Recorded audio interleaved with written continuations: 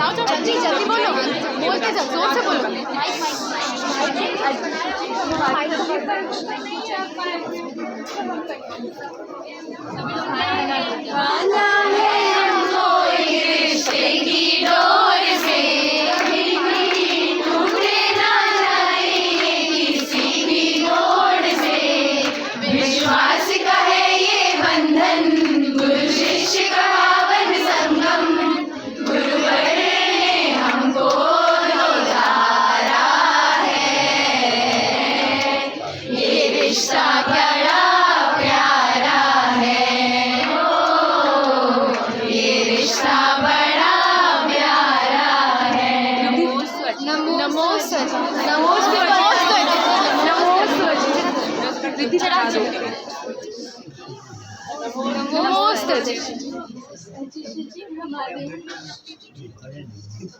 हमारे यहाँ परंपरा है कि जब हम रविवार बांधते हैं ना तो हमें उपहार मिलता है।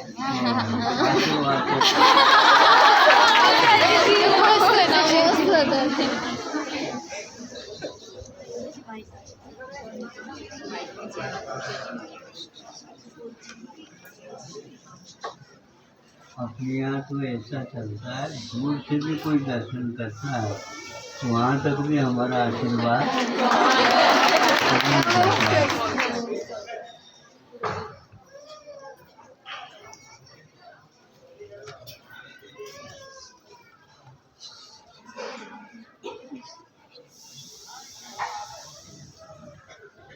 इसमें काम में भी कई लोग लगे बताते सुबह के अनुसार।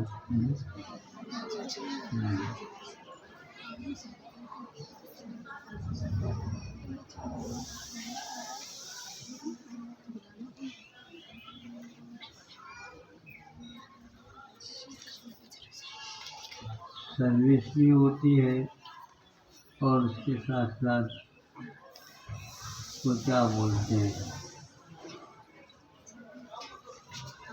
उसको, औरों को भी काम धंधे दे करके उसको बिजनेस,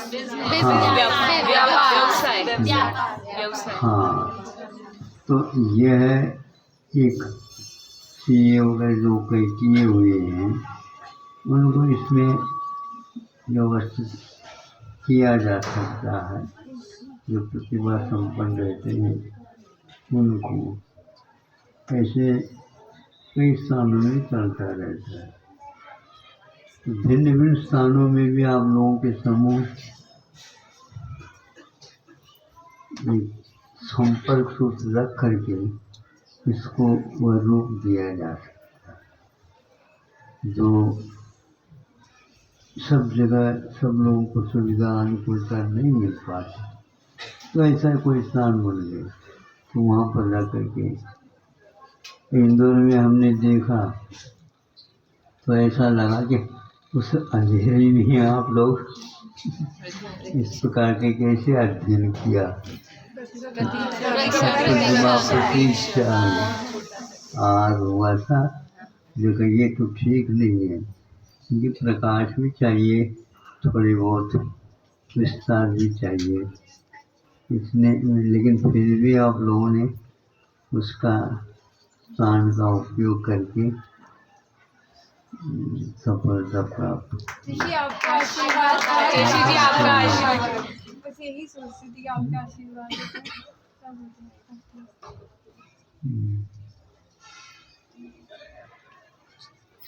प्रतिभासनी में इस प्रकार का विस्तार होगा आप लोगों को अनुमान था? नहीं आचार्य जी, नहीं आचार्य जी।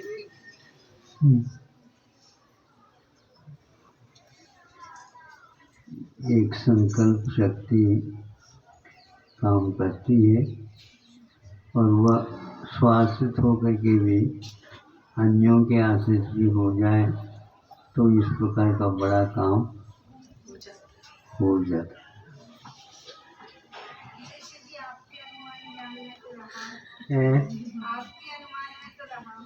गुरु जी के ज्ञान में होगा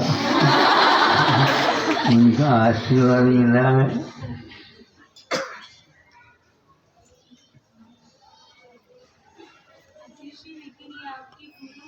अनन्य गुरु भक्ति का परिणाम है आशीष जी आप नहीं, उनको सबसे ज़्यादा ये लगन या दृष्टि रहती थी उनकी कि प्रत्येक प्रतिभा को अपने उचित आश्रय मिले और उसे बाह्याभ्यंतर का सही से ज्ञान हो। इसलिए तो गुरुकुल बने, यह आशीर्वाद उनका फलता जाएगा।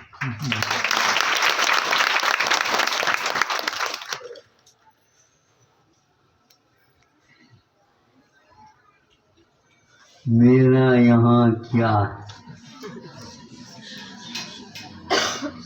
मेरा यहाँ क्या है, आशीष फल रहा, शीश जा बैठे, आसानी से काम हो रहा है। हमेशा हमेशा भी अपने साथ, स्वयं के साथ, दूसरे की शिक्षा, दीक्षा, विकास हमेशा हमेशा देखते थे। उसी का परिणाम ऐसे निकलता, भावना भावना से नहीं।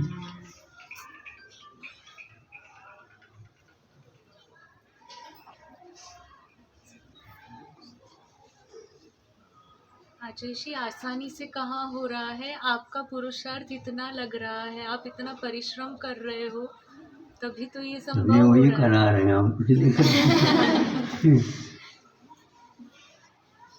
कर्तव्य सुबह कहा था ना, कर्तव्य अपना जितना होता था। एक तव्य प्रत्यय के साथ संस्कृत में जो कोई शब्द बनते हैं बहुत महत्वपूर्ण बनते हैं, नियोग के वह अर्थ को वहन करते हैं। कर्तव्य, गंतव्य, भोक्तव्य, ज्ञातव्य, तो ये तव्य प्रत्यय नियोगेन भवितव्यम, नियोग से अनिवार्य रूप से होना ही है, होना ही चाहिए। तो ऐसे उनके आशीर्वाद में एक प्रकार के तव्य प्रत्यय वाला मिला है अपने को, इसलिए ऐसा हो रहा भवितव्य।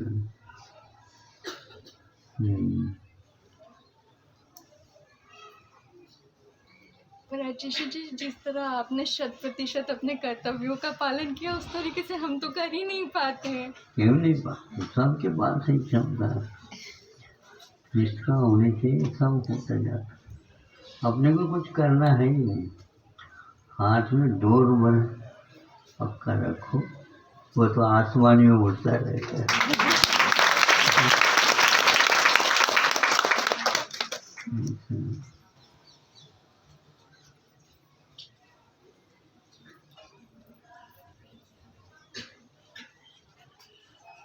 हमेशा हमेशा विकास की ओर दृष्टि रहे, खाई से बचते हुए। तो जीना तो चाहूं, जीना तो चाहूं, जीना चढ़ने हेतु।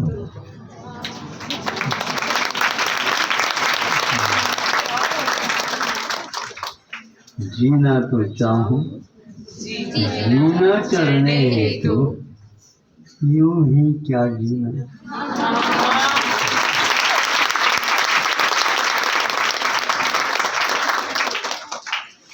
इसमें पूरा सार है।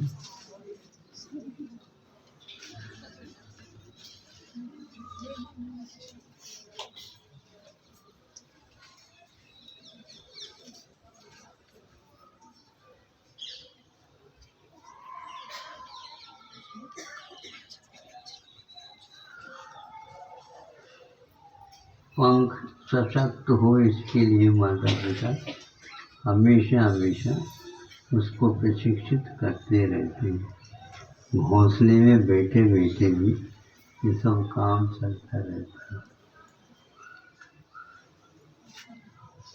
चलाते जाओ।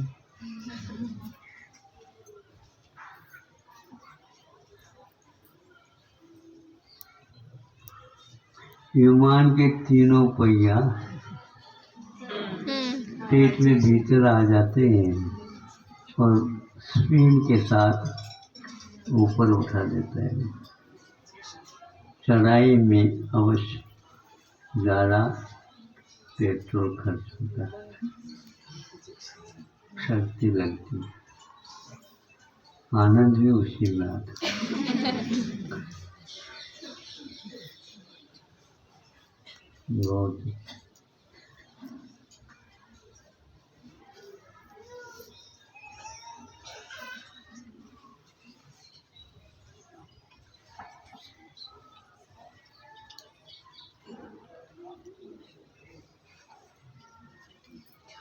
कई लोगों को इनमें से हमने आशीर्वाद दिए।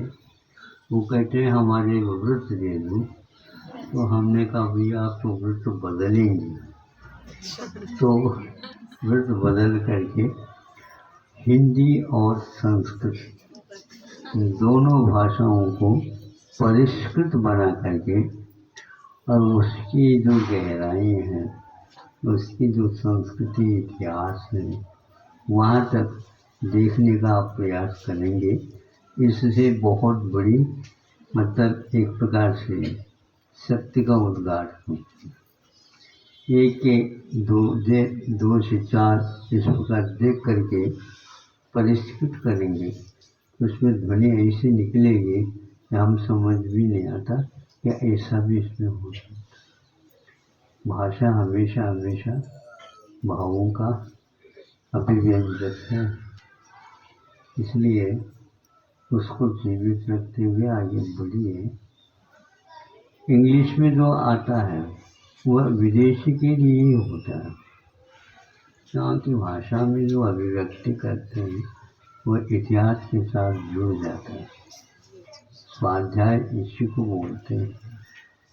आज हम स्वाध्याय कर रहे हैं, हजारों वर्ष पूर्व में जो लिखे हुए लेखक हैं उनसे बोल रहे होते हैं।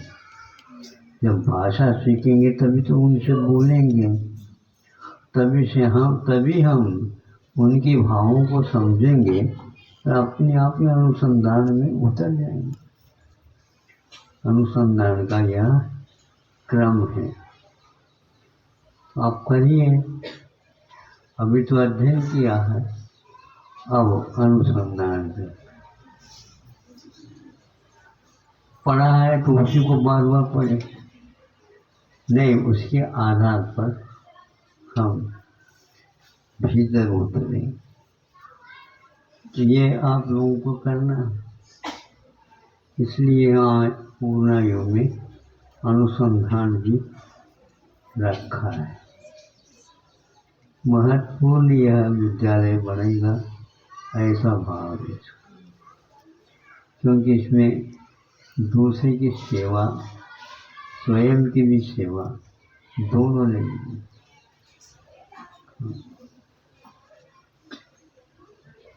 और संस्कृत जिसको आएगी, हिंदी जिसको आएगी, अपभ्रंश में गति होगी, निश्चित रूप से वह साथ मत करके हमारे सामने आएगी।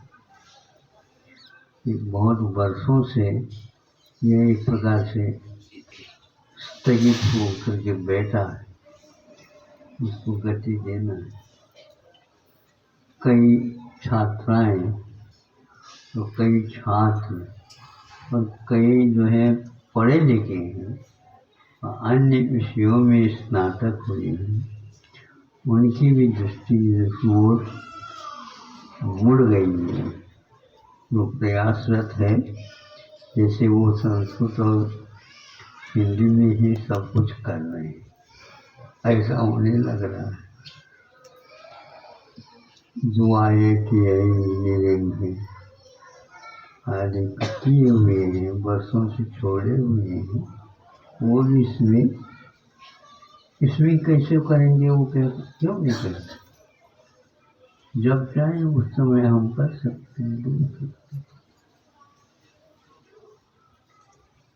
एक विषय में अधिकार पूर्ण हो जाता है विषय के ऊपर, दूसरे विषय में भी पुनः अधिकार हम कर सकते हैं। 16 वर्ष अब पुनः पढ़ो, ऐसा तो ही नहीं है ना। इसी प्रकार ये गुरु जी अंतिम समय तक पढ़ते थे और पढ़ाते थे। हमेशा हमेशा इनको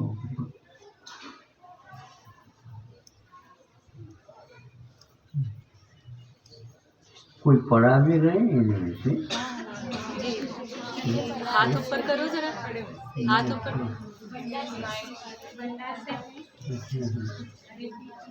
सब मैं बहुत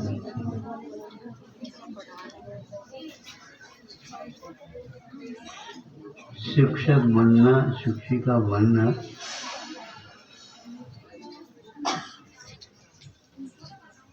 एक प्रकार से पढ़ने की क्रिया को और आगे बढ़ना है।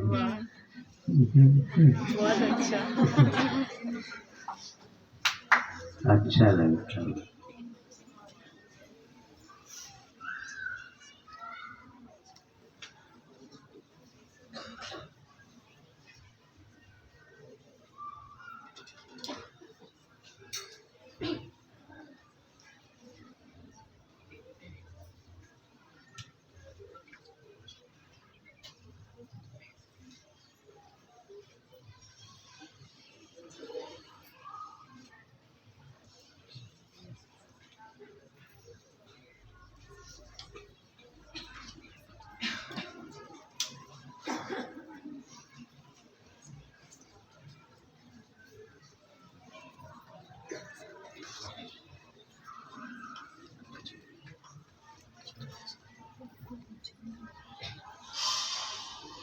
एक के पेशे भारतीय पेशे से भिन्न थी विदेशी पेशे, और उसमें अच्छी उन्होंने प्रावीण्य भी प्राप्त किया। उनको गर्व भी था अपने अध्ययन के ऊपर, संतुष्टि भी। किंतु इसी विषय को वह दूसरी साधन से दूसरा कोई व्यक्ति काम कर रहा है, उसको देख करके उसके मन में भाव जागृत हो गया। उसकी प्रसिद्धि प्रतिष्ठा सुन करके हम भी इसको सीख लें। जा करके उन्होंने निवेदन किया कि ऐसे ऐसे मैं आया हूँ। जिस व्यक्ति ने औषध के बारे में, चिकित्सा के बारे में विदेशी भाषा में पढ़ा है, अन्यथा नहीं, और वहाँ पर का संवाद में आपके सामने रख रहा, हम उसको क्या पढ़ाएं, और उसके पढ़ने योग्य ये विषय है ही नहीं, तो इससे हम वंचित नहीं, क्या है ही वंचित। अब कैसे पढ़ोगे? तो पढ़ना तो मुझे है और पढ़ाना तो आपको है। तो हम इंग्लिश को तो बोलते ही नहीं, बोलना चाहेंगे नहीं। कोई बात नहीं, जिस भाषा में आप पढ़ाओ उस भाषा को हम सीख तो सकते, हाँ सीख सकते।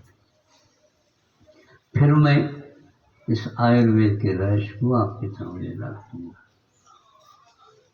तो संस्कृत पढ़ना प्रारंभ कर,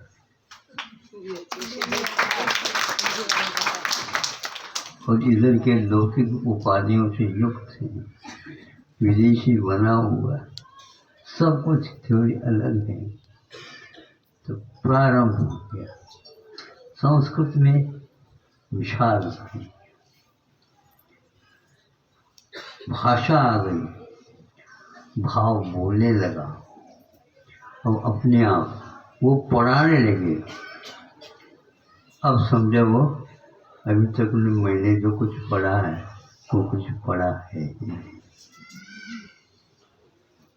ऐसे थोड़े थोड़े शब्दों में उन्होंने उसके रहस्य को खोलना प्रारंभ कर दिया,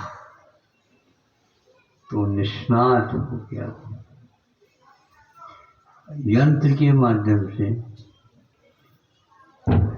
प्रत्येक रोग की चिकित्सा करने वाला, निदान करने वाला अपने हाथ में कुछ नहीं।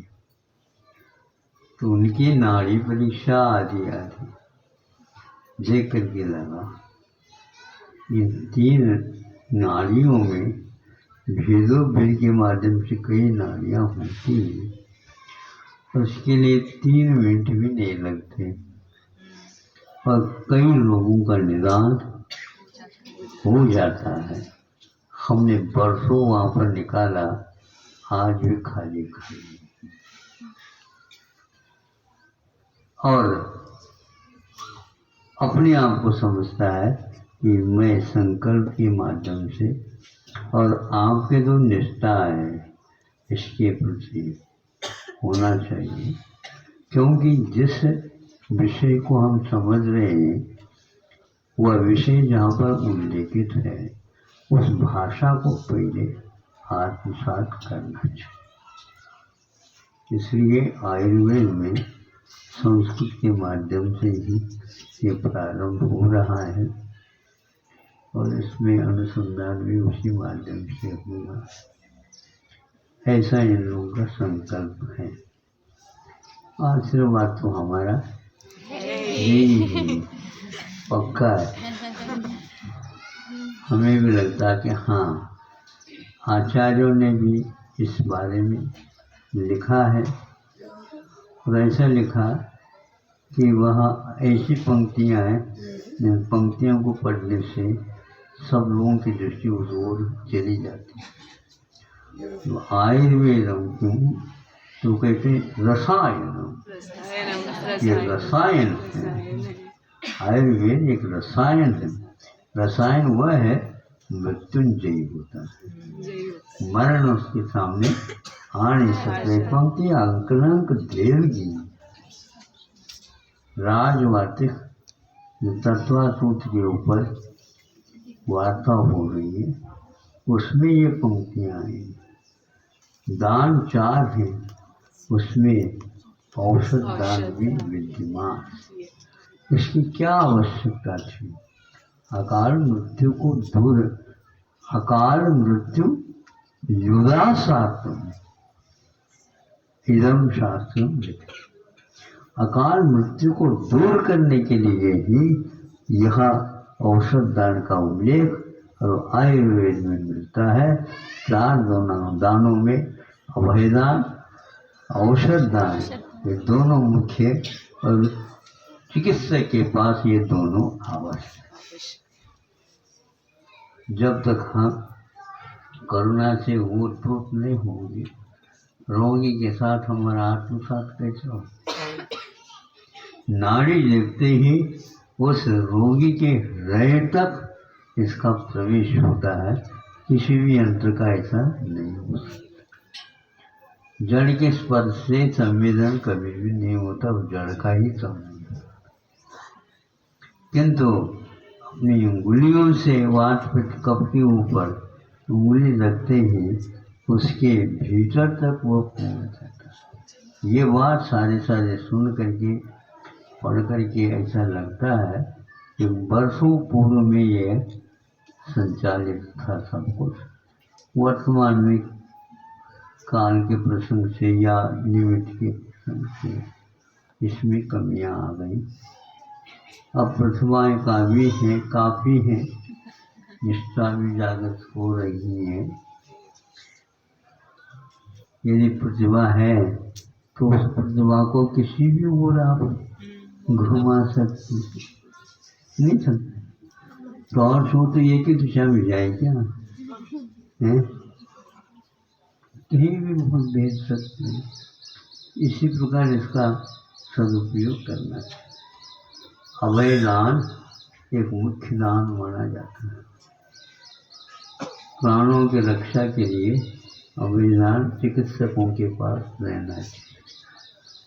आज ये चिकित्सा के क्षेत्र में अभय दान लुप्त होता जा रहा है, भयभीत हो जाता है रोगी। अब हमारा क्या होगा? तुम तो स्वस्थ रहो, प्रसन्नता रहो, वो बात नहीं, वो रोग ठीक हो जाएगा। अच्छा लगता है, 2-3 शब्द मिलते ही उसको लगता है, हाँ अच्छा लगता है। लग नहीं लगता। हाँ, यही बात है। ऐसी चिकित्सा के क्षेत्र में भी आना चाहिए। कर रहे हैं लगे तो।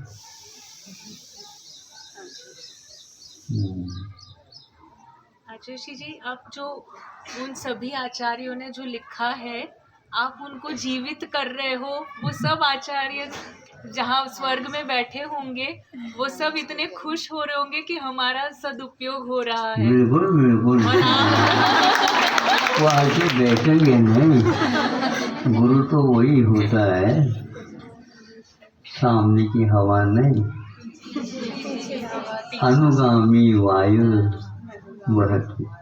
इस प्रकार गुरु हमेशा हमेशा हमारे पीछे जो हवा है, उस हवा की भांति हमारे लिए आगे आगे बढ़ाता जाता है। बढ़ाता।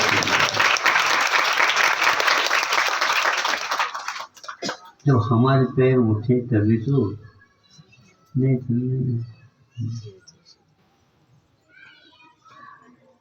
बहुत अच्छा। तो आज अवकाश आप लोगों को मिला है। लेकर आए आचार्य जी, लेकर आए। लेकर आए।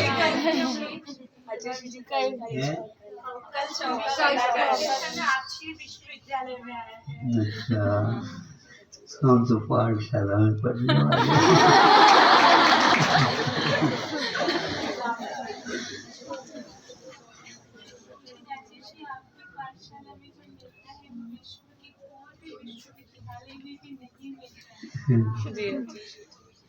हमारे पास तो पहले 7वीं कक्षा तक स्लेट और बढ़ता चलते थे।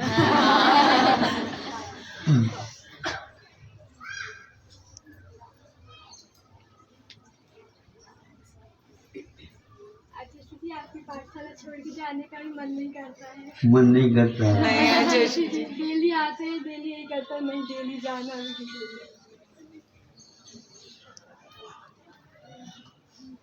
कर्तव्य के प्रति निष्ठा रखो सबको।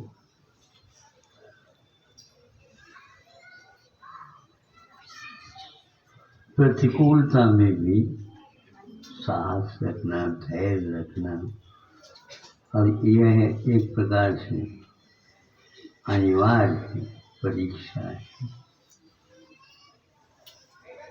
कितनी भी आप करो, प्रतिभा हो, फिर भी जब प्रश्न पत्रिका आती है तो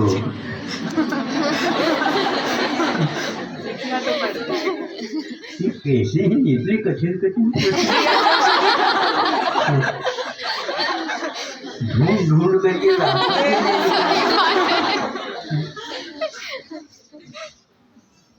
कैसे लिखे हो, ढूंढ ढूंढ कर, सोच सोच करके 365 दिन में जो परिश्रम किया गया है, वो सारा का सारा यहाँ पर आ चुका है। परीक्षा आने तो दो। कोई भी 6 प्रश्न या 7 प्रश्न ये हल करो, किंतु ये प्रश्न अनिवार्य है।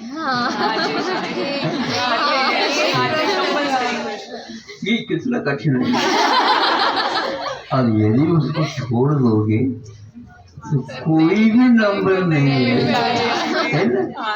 इसीलिए कर्तव्य हमेशा हमेशा उसी प्रकार का होता है, उसमें घबराना नहीं। परीक्षा, तो परीक्षा शब्द, उपेक्षा शब्द, अपेक्षा शब्द, ये भिन्न भिन्न प्रत्ययों से, उपसर्गों से बने हुए शब्द है। अपेक्षा अपगतम ईक्षणम यत्र इति अपेक्षा, उपेक्षा निकट रूपेण ईक्षते इति उपेक्षा, परीक्षणम परिहासमन्तात् ईक्षणम इति परीक्षा है। तो चारों तरफ से उसको समग्र रूप से 365 दिन में अध्ययन किया था, उसको सामने लाता है, लाएंगे धीरे धीरे आता है। एक साथ सभी प्रश्न हल नहीं होते, वो धीरे धीरे होते हैं। कई बार आधा प्रश्न के उत्तर लिख करके भी दूसरा प्रश्न लिया जाता है, फिर वो ध्यान उस ओर जाता है, तो फिर लिखते हैं तो आगे का भी आ जाता है। वो सोमवार अंत में करे कोई बात नहीं, होता है, ये कठिनाई आती। सुनते हैं प्रतिभा सदी के विद्यार्थी एक बार नीचे गर्दन रख दिया तुमने तो नार उठाती कायल सर करके बैठ जाती, परीक्षा पूर्ण करके। तब सामने वाले जो व्यवस्थापक है देखते हैं, ये तो कोई ये देखते ही नहीं, आखिर क्या करते हैं। हमारे यहाँ ऐसा ही चलता है, हमारे यहाँ बाहर से नकल नहीं होता है, भीतर के डिब्बे को खोल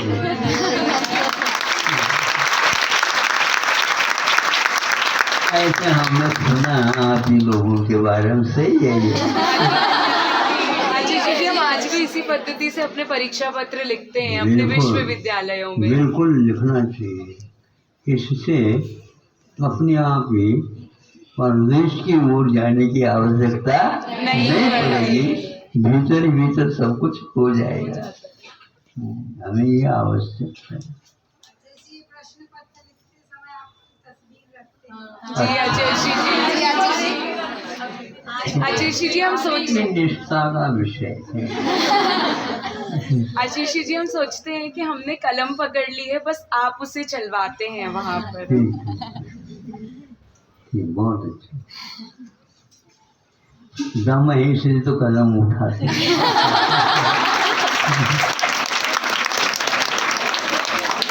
दम रखो, उठाओ। बहुत अच्छा, बहुत।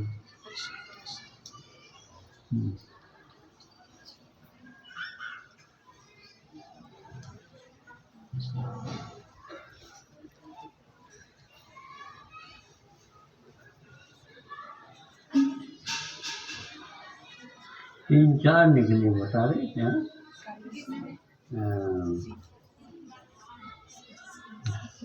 विधि में लॉ सिविल जज। पहले तो निकली है वो तो।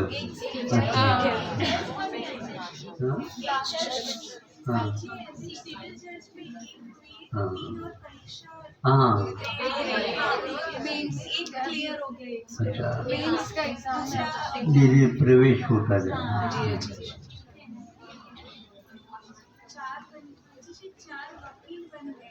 अच्छा, वकील सिविल में क्या हाई कोर्ट में?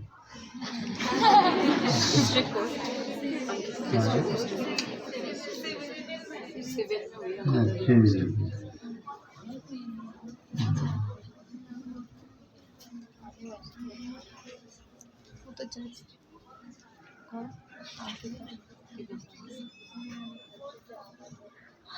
सारे लोग विधि वेदता के सामने आ जाते हैं न्यायालय में और अपनी समस्याओं का हल करवाते। ऐसा वो स्थान है। राष्ट्रपति को भी जाना पड़े तो जानना, इसको विधि बोलते, न्याय बोलते हैं। अच्छा काम। महाराज, आप कैसे क्या समस्याओं का हल करते हैं? हमारे पास हमेशा एक सूत्र रहता है, उसके द्वारा काम होता रहता है। कौन सा सूत्र है? तो हमने कहा वो न्यायालय में मिलता है, आप लोगों से क्या मतलब होता है? फिर भी सूत्र तो कम से कम सुन सकते हैं। सुनना चाहूँगा। क्रोध लोभ विरुद्ध हास्य प्रत्याख्यान निर्णीच भाषणम च पंच, ये 5 भाग हैं। क्रोध का त्याग करना, आवेश में न्यायालय में कभी आप न्याय नहीं दे सकते। लोभ, घूसखोरी, कुछ लोभ मिल गया, पैसा मिल जाए, सोना मिल जाए और महत्वाकांक्षा बढ़ जाए आदि आदि, लोभ के बिना आप न्यायालय में प्रवेश कर सकते। भीरुत्व, यदि डरते डरते आप न्याय देते हो तो वह ठीक नहीं माना जाता है। निर्भीकता के साथ, डरे बिना, गर्व के साथ भी नहीं, आपको न्यायालय में न्याय देना चाहिए। हास्य, कभी भी सत्य के बारे में हंसी मजाक नहीं, उसका अर्थ अपने आप में रहता है। ये तो 4 निषेधात्मक शब्द और एक विधि परक शब्द और जोड़ा है, अनिमीच भाषणम। अनिमीच का परंपरा से जो विधि के ग्रंथों में संविधान में लिखा है उससे गलत कुछ भी नहीं। इसको बोलते हैं शास्त्रोक्त पद्धति से न्यायालय में बोला जाता। ऐसे ही हमारे पास कोई भी आ जाता है तो हम उसके सामने ये रखते हैं।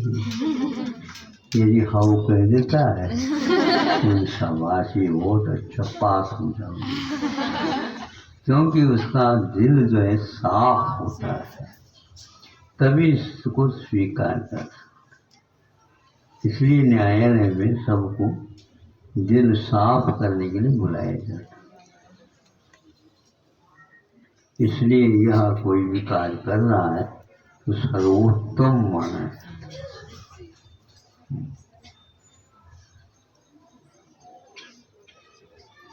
निर्भीक रहता है, निर्भीक भी रहता है, इच्छा नहीं रहती, चाहे वह घर का भी क्यों न हो, अड़ोस पड़ोस का भी क्यों न हो, वही का भी क्यों न हो, सही को सही और बुरे को बुरा के रूप में स्वीकार।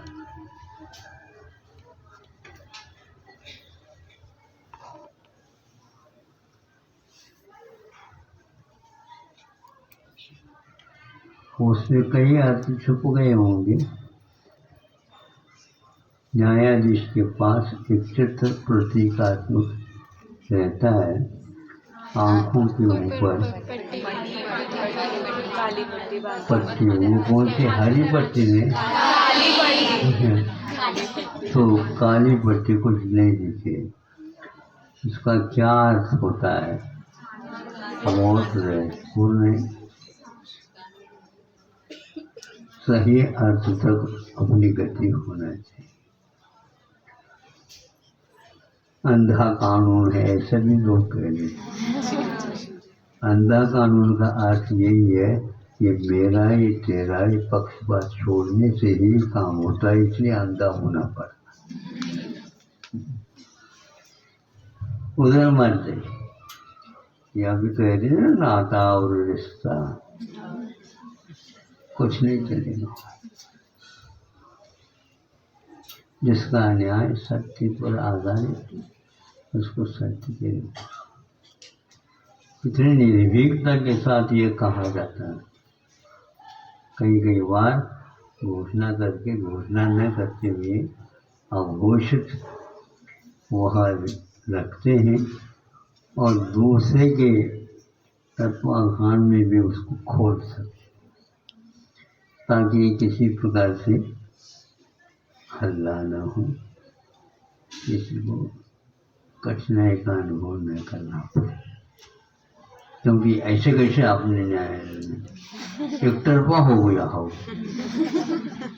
बरसों लग गए एक तरफा, तो क्या सोए थे आप? होता है ऐसे, इस सबको गौन करना पड़ता।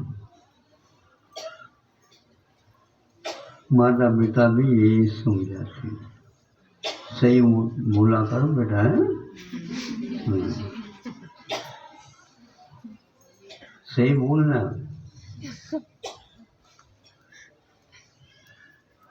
कभी भी बोलो तो सही बोलो। ने हाय को याद है आप लोगों को? जी आचार्य जी। बोलो तो सही। गुरु कृपा से बांसुरी बना, मैं तो ठेठ बांसा। ये वाला नहीं बोलो तो सुन सकते हैं, बोलो तो सुनो तो, बोलो तो सही, ये सुनो तो सही। हाँ, सुनो तो। सही क्या है ये सुनो, पहले सोचो नहीं, पछताओ। अब गुरु जी बोल रहे हैं, अब पहले तो हम सोचने ही नहीं लग गए। सुनने के लिए बैठे क्या सोचने के लिए? हाँ, जब सुनने के लिए बैठे हैं तो सुनना कितना गहरा होगा, रहस्यपूर्ण होगा। पहले सोचने लग जाए, सोचने तो गलत दिमाग में आएगा। अच्छे ढंग से सोच लो, अच्छे ढंग से सुन लो, फिर बाद में सोचने की भी आवश्यकता नहीं पड़ेगी। ऐसा है। बहुत श्री भगवान अपने न्याय के लिए कहा था कि विधि परक नहीं, विधि परक हो, व्यक्ति परक ना। विधि परक न्याय के लिए आपने कहा था, विधि परक होना चाहिए, व्यक्ति परक नहीं। वो तो व्यक्ति तो व्यक्ति है। अपने यहाँ पंच परमेश्वर के नामोल्लेख में कहीं व्यक्ति का नाम आया तो बताओ हमें। ये महामंत्र माना जाता है, सब मजहबों में मंत्र होते हैं, लेकिन अपने इस पंच परमेश्वर में कहीं भी व्यक्ति नहीं है, बस गुण परख उसमें होते हैं।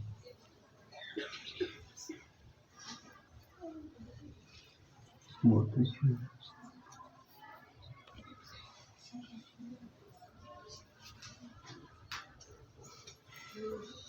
जितनी बार सुनोगे, अच्छे ढंग से सुनोगे, उतना पर्याप्त हो जाता है। हमने सुना था कई बच्चों से, महाराज यहाँ पर जगह से आए, यहाँ पर बुला बुला करके 2 बार 3 बार हमें पूछते हैं और सीख देते हैं। वहाँ तो एक बार भी नहीं पूर्ण होता था, तो ये तो अच्छा हुआ प्रज्वात से मिले। हाँ, है ये पक्का। उसमें आप बार बार देंगे ना तो उसका हर बार में प्रभाव अपना पड़ेगा। हमेशा याद रहे।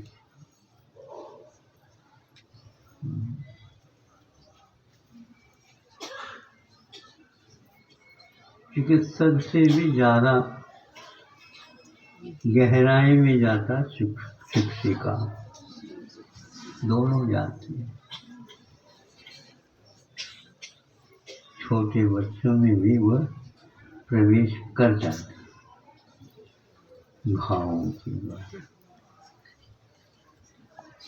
आपकी बात, आपके भाव, ये सामने वाला छोटा लड़का भी, छोटा बच्चा भी समझ लेता तो आपको कितना आनंद होता, बताओ। अरे हमारे भाव उसको पकड़ में आ गई तो हमारी बुद्धि से भी उसकी पकड़ बहुत लंबी चौड़ी है। हाँ, आपकी बात को समझने और आपके भाव को उसने पकड़ लिया, ये उसकी देन है, समझ हमारी नहीं है वो। हाँ, लेकिन रास्ता इस ढंग से बनाया जाता है तो जाता है, समझ में आ जाता है।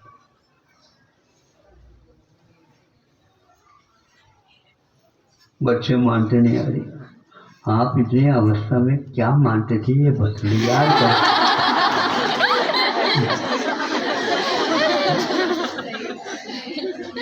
है बताओ। बच्चे तो बहुत अच्छे हैं।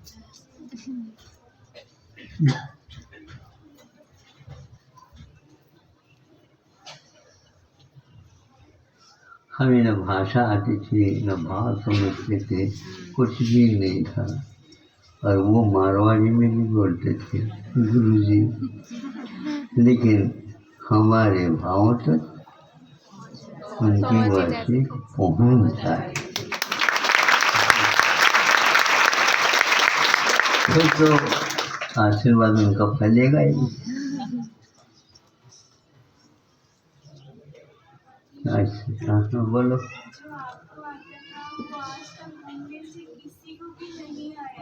कैसे नहीं आया? नहीं आया।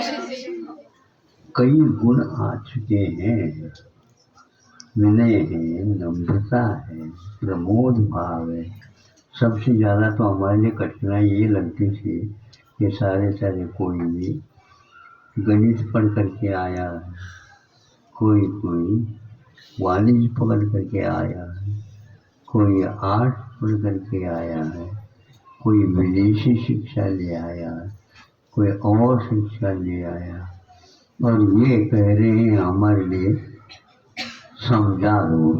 हमने तो क्या समझाएं, सबके समझ अलग अलग है। नहीं, जो आप कहेंगे तो हमने यही बात कही। पहले सर्वप्रथम आप लोग यहाँ की मूल भाषा संस्कृत है, सीख लो। नहीं समझे? हम तो जल्दी नहीं सीख पाते, लेकिन आप लोगों ने 5 साल ऐसा लगा दिया तो बस एक हो गए। एक ही हॉल में भोजन भी करो, एक ही हाल में सो भी, अध्ययन भी करो, सब कुछ करो। ये होता गया। अब क्या पूछना? ये सब हो रहा है, हमें संस्कृत पढ़ने की क्या आवश्यकता थी? तो आवश्यकता थी, हम बता देते। कब बताएंगे? थोड़ा सा और निकालो तुम्हें, ये सब पूर्ण हो गया, तैयार हो, बिल्कुल उसी के लिए तो बैठे हैं। आपको शास्त्रीय परीक्षा उत्तीर्ण होना है, यानी बीएड जिसको बोलते हैं। आपको ये किसके लिए? अब पढ़ना नहीं है, पढ़ाना है। हाँ, अपने आप को पढ़ाना पड़ेगा, फिर बाद में उसको पढ़ा। बीएड के लिए चले गए सब लोग, बाकी कथा तो स्वयं आप बता दें। दीदी लोग ने इतना सब कुछ किया है, क्या हम कर पाएंगे उतना सब? क्यों नहीं, पीछे लगे तो सब हो जाए। अपने पास तो ऊपर के कागज हैं, पेंसिल है, नीचे कार्बन कॉपी,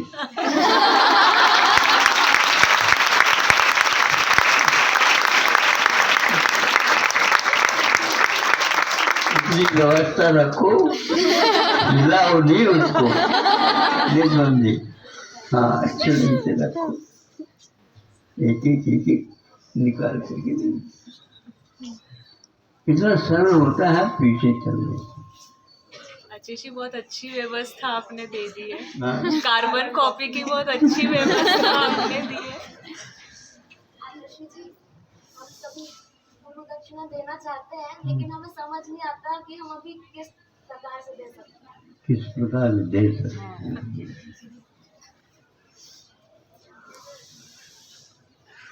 शिक्षा के क्षेत्र में जो गया, उसके लिए ये कोई आवश्यकता ही नहीं पड़ती, सब कुछ होता ही चला जाता। हाँ, करना नहीं होता, होता ही चला जाता। मूर्ख भी है, बहरे भी है, अंधे भी हैं, सब कुछ है। क्या शब्द के बिना प्रशिक्षित नहीं हो सकते? हो सकते ना। आपके पास कान भी है, आपके पास आँख भी है, आपके पास बुद्धि भी है, सब कुछ है। कुछ नहीं हो सकते क्या मतलब? सब कुछ हो सकता। संग्रह वर मत करो, वितरण करती चले।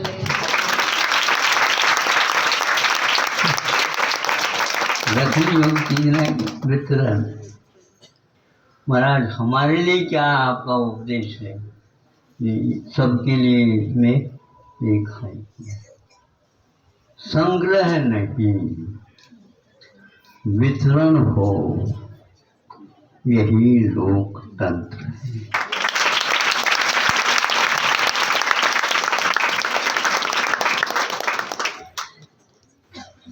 लगभग 1.5 अरब की जनता भारत में है। यहाँ संग्रह का कभी भी दर्शन नहीं होते थे, लेकिन आज संग्रह की ओर हर कदम बढ़ते जा रहे हैं। और लोकतंत्र जीवित कैसे रखो बताओ, समझ में आ रहा। जल प्रबंधन का अर्थ जल का संग्रह नहीं होता, ये उनके सामने रखा। जल तो प्रवाहित होता है, निम्नगाह नीचे की ओर उसकी गति होती चली जाती, ये उसका स्वभाव है। उस स्वभाव को कभी भी पलटाओ नहीं। इसलिए जल प्रबंध का अर्थ जल का संग्रह नहीं होता, किंतु उसको प्रवाहित करते चले जाना। सिंचाई के योग्य जो जमीन है, वहाँ पानी का अभाव है, वहाँ तक पहुँच जाए, फिर तो दुगनी नहीं चौगुनी फसल आपके सामने करे। इसलिए ज़्यादा संग्रह की आवश्यकता भी नहीं, समय पर। इसी प्रकार विद्या को वितरण करने के लिए दिया गया है। नहीं हमने ठीक किया तो बढ़ेगा ही नहीं, वो पानी नहीं बढ़ेगा। झड़ खुलते हैं, पानी निकालते हैं तो झड़ और बढ़ जाता। इसलिए आप जो सीखा है और सीखने योग्य है उसको अपने पास नहीं रखो। हम तो कभी भी पास नहीं रखते, आ जाता तो उसको हम पहले दे देते। वितरण करते जाओ, ये लोकतंत्र है। आप लोकतंत्र के देश में रह रहे हैं ना? जी। हाँ, इसके मूलभूत सिद्धांत हमेशा अपने जीवन में आ जाए, इसी में जैनत्व भी विद्यमान। संग्रह नहीं, वितरण कर। क्या जितनी आवश्यकता जिसके लिए उसको हम रख करके क्या करेंगे, ऐसा। इसलिए पहले अर्थ विनिमय नहीं होता था और वस्तु विनिमय चलता था, क्योंकि इन दोनों के कारण ही राष्ट्र में कमियां आती हैं, अच्छाइयाँ आती हैं। इनको सब सुरक्षित रखो तो आगे बढ़ो। जी, वितरण करने में कभी कभार अपेक्षा आ जाती है, तो अपेक्षा कभी कभार आ जाती है कि हमें सामने उसका फल मिले, तो ये सही है? सामने यही तो फल है, वह कितने व्यक्तियों के उपयोग में आ रहा है और वह नष्ट नहीं हो रहा। आपका धन, आपका जो कुछ भी संग्रह है वह नष्ट होता है, क्या बोलते हैं उसको, वेस्ट होता है। अब यह है हमारा सिद्धांत, हमेशा इन्वेस्ट की बात।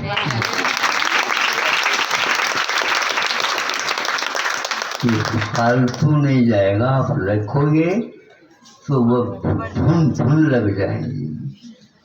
तो हवा में रखिए।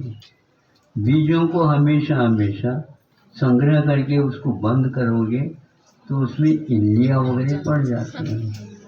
अब प्रकाश में रखोगे तो उसमें कुछ भी जीव नहीं आएगा, तो काम में ले, नहीं तो फेंकना ही पड़ेगा। सबसे ज्यादा संग्रह की प्रवृत्ति से भ्रष्टाचार बहुत ही ज्यादा होता हुआ, वो तो मूल सिद्धांत यही है। अब विदेश में तो आप धन रख रहे हो और अपने माता पिता भाई बहन नाता रिश्ता इसके प्रति विश्वास है नहीं आपका। हाँ, फिर नाता कौन सा बताओ। जी आचार्य जी। जो परिवार है तो परिवार के लिए आपका क्या है, क्या पता ये स्वार्थ करिएगा तो हमारा सब कमाया हुआ गलत हो जाए। किसी को बिना बताए बहुत अच्छी लंबी राशि विदेश में रखी जाती, वहीं के वहीं चले जाए। किसी को भूलिए ना।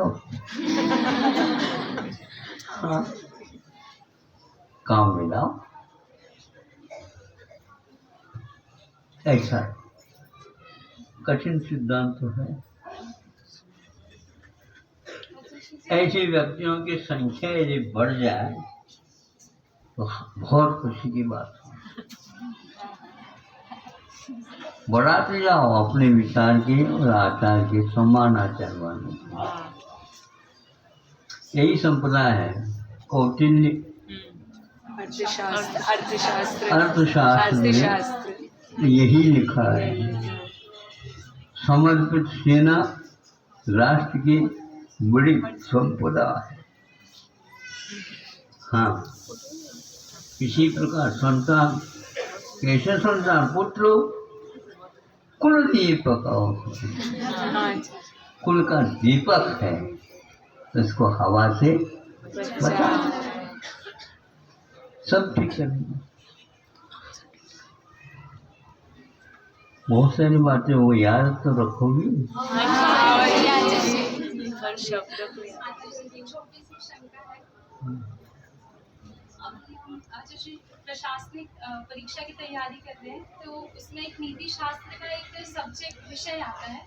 उस विषय में ये सारी चीज़ें बताई जाती है कि भ्रष्टाचार को हम किस तरह रोक सकते हैं और ये सारी वैल्यूज़ को किस तरह बढ़ा सकते हैं, तो ये सारे उसमें उपाय बताए हैं। लेकिन दूसरी ओर जब प्रैक्टिकल लाइफ में देखते हैं तो व्यक्तिगत रूप से जो भी ऑफिसर्स, अधिकारी इस कार्य को करने के लिए आगे होते हैं कि भ्रष्टाचार को निरोध करेंगे या अभी बहुत ज़्यादा जो मिलावट हो रही है उसको दूर करने का प्रयास करते हैं, तो ये देखा गया या फिर उनको वहाँ से हटा दिया जाता है या फिर उनके जीवन में भी संकट आ जाता है।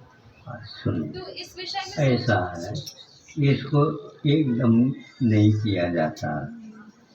उसके लिए हम प्रयोग करें, पहले बताएं इस प्रकार करने से कितनी हानि होती है, इस प्रकार करने से कितना लाभ हो सकता है। लाभ के माध्यम से अनेक व्यक्ति और उठ करके खड़े हो जाते हैं, वो कार्य को अपने को करना है। ऐसा प्रयोग के माध्यम से हमें दूसरे को उपदेश न दे करके छोटे बच्चे से ही हमें तैयारी करनी होगी। इसमें बहुत जल्दी सेना खड़ी हो जाएगी। इसमें एक एक विश्वास की चीजें हैं, उसके माध्यम से आगे बढ़ेगा। नहीं, आप ही ठीक है, ये कहेगा उसको, वो स्वयं कहेगा आप ही ठीक, आपके पीछे हम अभिमान दिखाने लग जाते हैं ना, उसका अभिमान भी और ज़्यादा बढ़ जाता है। वो अभिमान की बात मत करो, आपके पास सब कुछ है, मैं साथ दूंगा।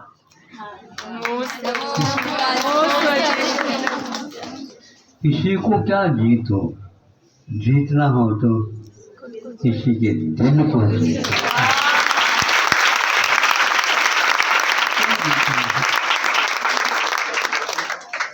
समर्पित हो जाता है, अपना हो जाता है, समय आपका हो गया। अभी इतनी विषम परिस्थिति चल रही है, स्वास्थ्य संबंधी परेशानियां आती है, सफलता के बहुत नजदीक पहुंच जाते हैं और फिर वापस टूट जाते हैं, तो वो मनोबल एकदम टूट जाता है। सुनो, सफलता तो आपके पास मिल रही है, आपको तक संबंध जो अनुभव हो रहा है वो सफलता नहीं है क्या?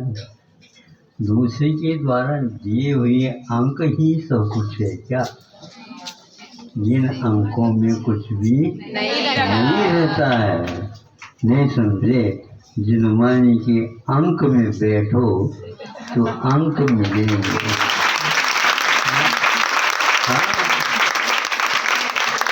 ये तो पक्का है।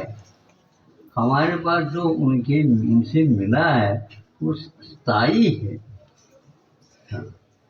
समझे तभी है, नहीं समझते तो उसका महत्व नहीं। हमें कभी भी निराश नहीं होती।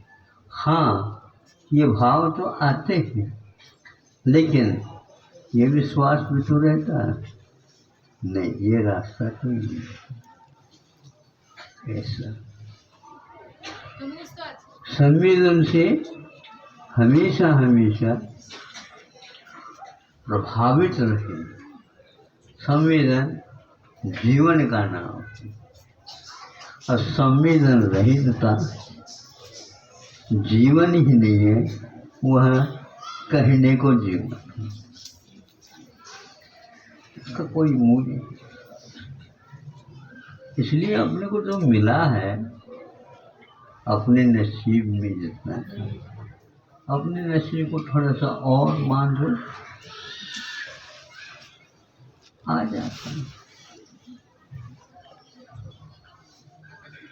हस्तरेखा देखो कोई बाधा नहीं, किंतु हाथ के पास जो क्षमता है उसका उपयोग भी तो करो।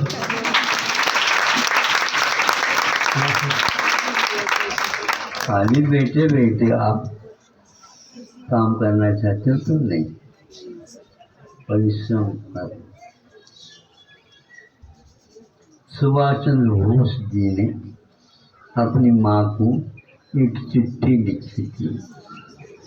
वो चिट्ठी हमारे पास छपा हुआ तो होगा, तो उसको आप लोग अवश्य पढ़िएगा।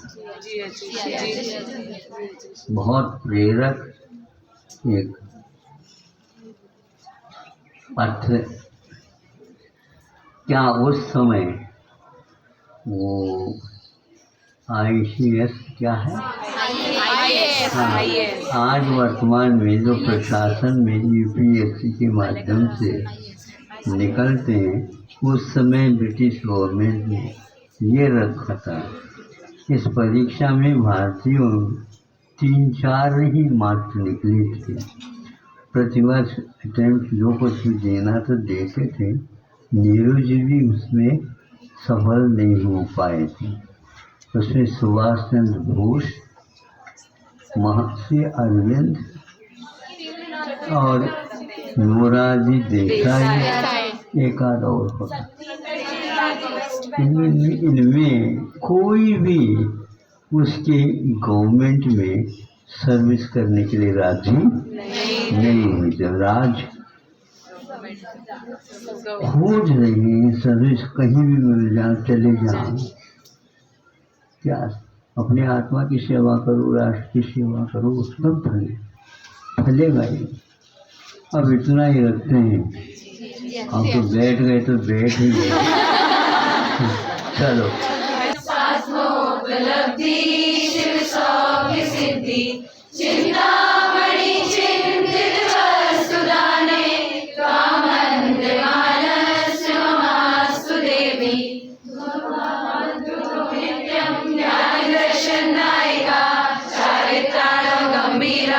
मोक्षमा